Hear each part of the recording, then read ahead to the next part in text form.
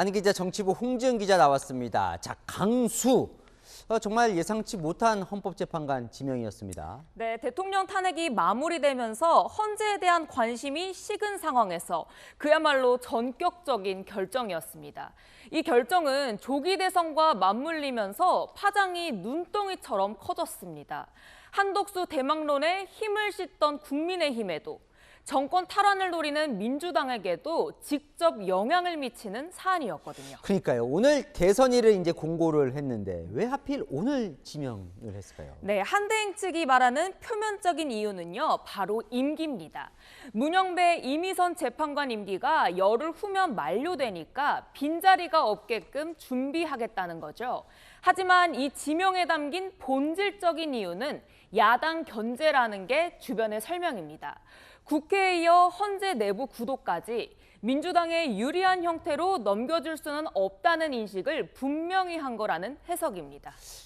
국민의힘 분위기는 어떻습니까? 그동안 반대해온 마은혁 후보자도 오늘 임명을 했거든요. 네, 살을 내주고 뼈를 취했다. 쉽게 말하자면 이런 반응입니다.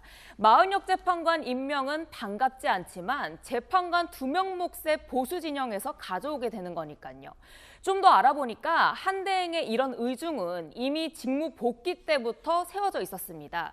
탄핵 기각 이후 직무에서 복귀한 뒤 여당 지도부에 재판관 지명 의사를 밝혔다고 하더라고요. 야, 민주당은 그야말로 발칵 뒤집혔어요. 네, 맞습니다. 그래서인지 이런 첫 반응을 내놨습니다. 한덕수 권한대행 스스로가 탄핵을 유도하는 것 같다고요. 민주당이 알박기라고 강하게 반발하는 이유, 정권 교체를 이루더라도 큰 부담이 생기기 때문입니다. 헌재는 탄핵을 결정하는 곳이죠. 9명 중 6명이면 탄핵을 인용하거나 기각할 수 있습니다. 앞서 아는 기자에서 보신 것처럼 거의 5년 내내 보수 우위 구도가 되는 거죠. 탄핵이나 권한쟁의 심판 등에 발목 잡힐 가능성이 생기게 되는 겁니다.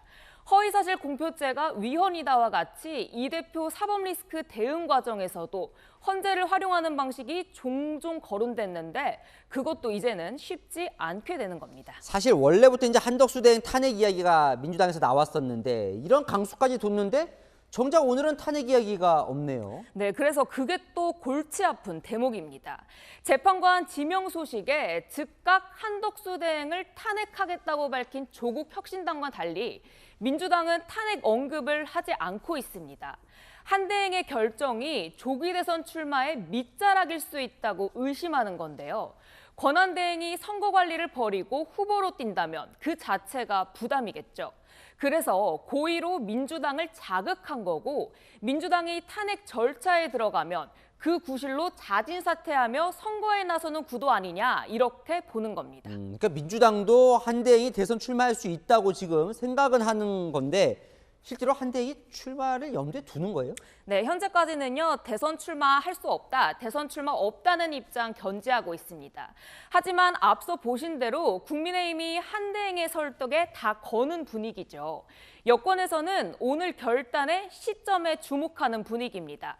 마침 오늘이 대선 공고일이기도 하고 한덕수 대망론이 나오는 시점이기도 하죠. 강수를 둔 정치적 의미가 있다는 겁니다. 제 결정의 책임은 오로지 저에게 있음을 말씀드린다. 국민의힘은 오늘 한덕수 대행의 이 마지막 멘트에 의미를 부여하고 있습니다.